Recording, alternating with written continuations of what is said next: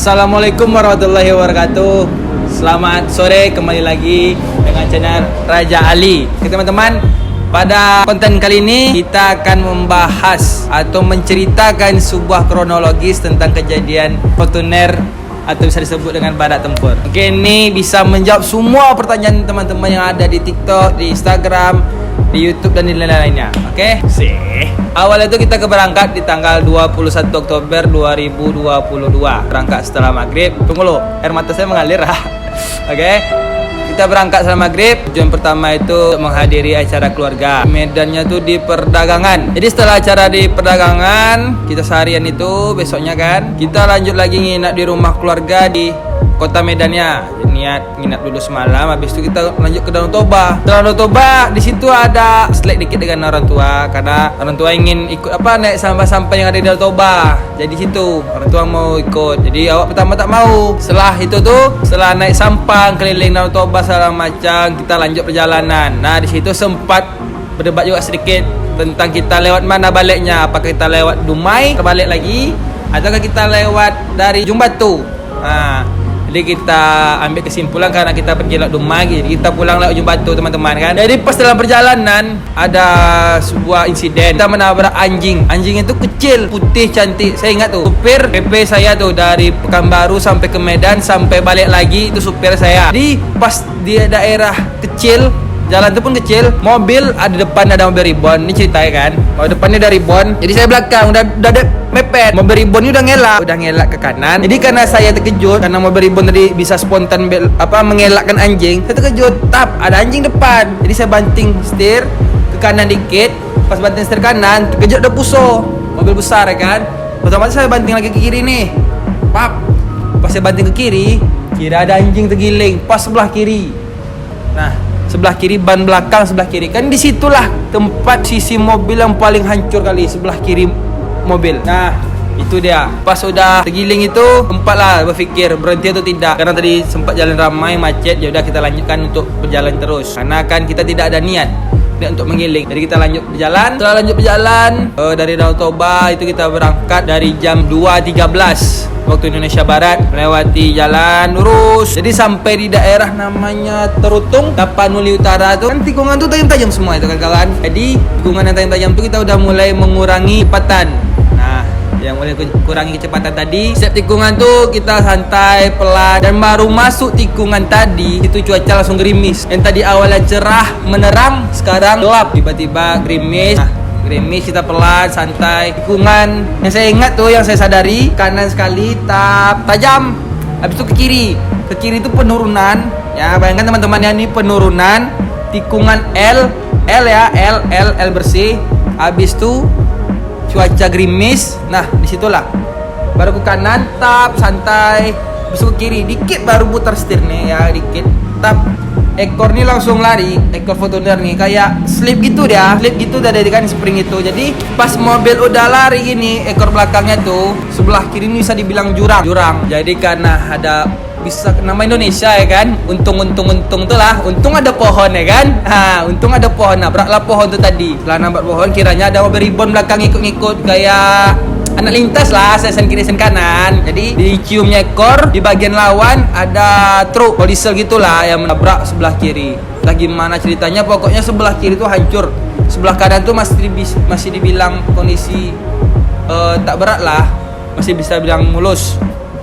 Jadi setelah nabrak tuh mobil ketepikan, orang dikeluarkan semuanya, pergi berempat ya kan. Ada mama, ayah, awak sendiri, aku dan adek. Dia pergi keluarkan penumpang semuanya, pinggirkan. Mobil udah mulai berasap, matikan, cabut aki karena dia metik kan, tak bisa matikan. Cabut aki, dorong mobil ke tepi. Disitulah mulai dulu tenangkan pikiran dulu kan. Kecil orang kini rokok sebatang loh, kan. Jadi habis ketepikan tuh, boleh minum dulu. Minta minum dulu ha. Jadi udah tenang pikiran, semua dieksekusi keluar, mobil ketepikan. Jadi kada ada mobil ribon yang tadi searah sejalur ya kan, ditabraknya dari belakang. Dia minta ganti kerugian. Jadi setelah minta ganti kerugian, bernegosiasi, dia kiranya ikhlas. Alhamdulillah bapak yang punya mobil ribon tadi itu ikhlas karena mobil bumper depan dia tuh hancur. Bapak ribon tadi pergi, kemudian kita membahas dengan Kolisel. Ini nggak tahu siapa yang salah apa tidak salah macam. Kita membahas kan ini terjadi laka tunggal. Awalnya nih laka tunggal, saya sendiri tak ada mengambil jalur orang dan tidak ada ngebut. Jadi karena benturan dari pohon yang besar tadi, nah disitulah kena kolisel. Dia minta kerugian kisaran 30 juta. Nah disitulah kita ada berdebat sedikit karena dia minta ganti kerugian yang cukup amat besar.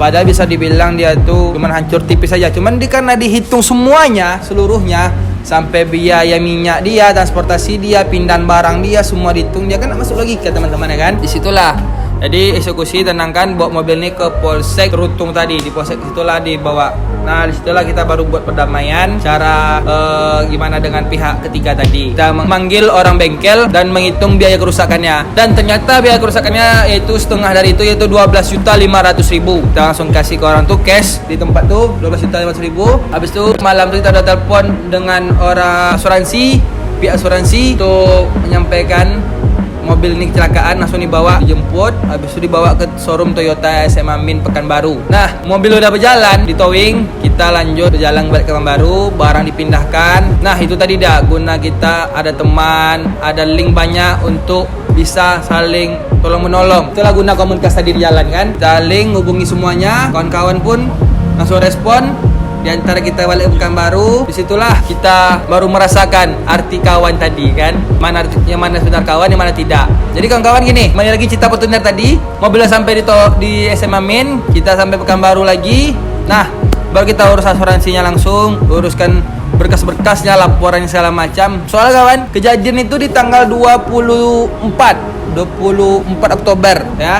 24 atau 25 Oktober. Jadi 2 hari lagi itu asuransi habis dalam setahun. Makanya tadi tuh langsung kita klaim cepat asuransinya supaya jadi tidak ada penolakan dari pihak asuransinya. Nah, itulah mobil sampai di Toyota. Mobil setelah sampai di Pekanbaru, kita pun sampai di Pekanbaru. Jadi semuanya kita asuransi. Sekarang kita tunggu dari laporan pihak asuransi.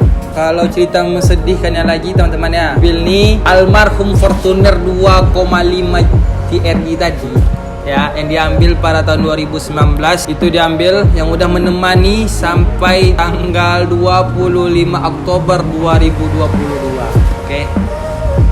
Itu waktu cukup lama, mobil kesayangan, mobil sehari-harian, dan mobil yang paling banyak kenangan itu. Kenapa? Soalnya menjadikan mobil tuh dari mengganti velgnya, untuk modif segala macamnya, itu kita harus perlu nabung.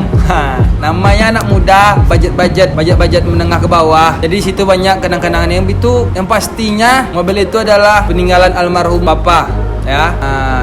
Karena memori yang terbesar tadi itulah barang peninggalan orang tua. Bukan yang kita sayangi itu sebenarnya bukan masalah modifannya, bukan masalah mobil hancur segala macam, tidak. Yang masalah ini nih mobil peninggalan orang tua tadi, peninggalan orang tua. Itu yang pertama. Soal kenapa? Di situ banyak memori-memori yang kalau kita pandang, memori kelam itu masih teringat semua ya. Itu pertama. Yang kedua, untuk menjadikan mobil itu bukan gampang teman-teman. Yang kita namanya masih belum ada penghasilan jelas ya kan.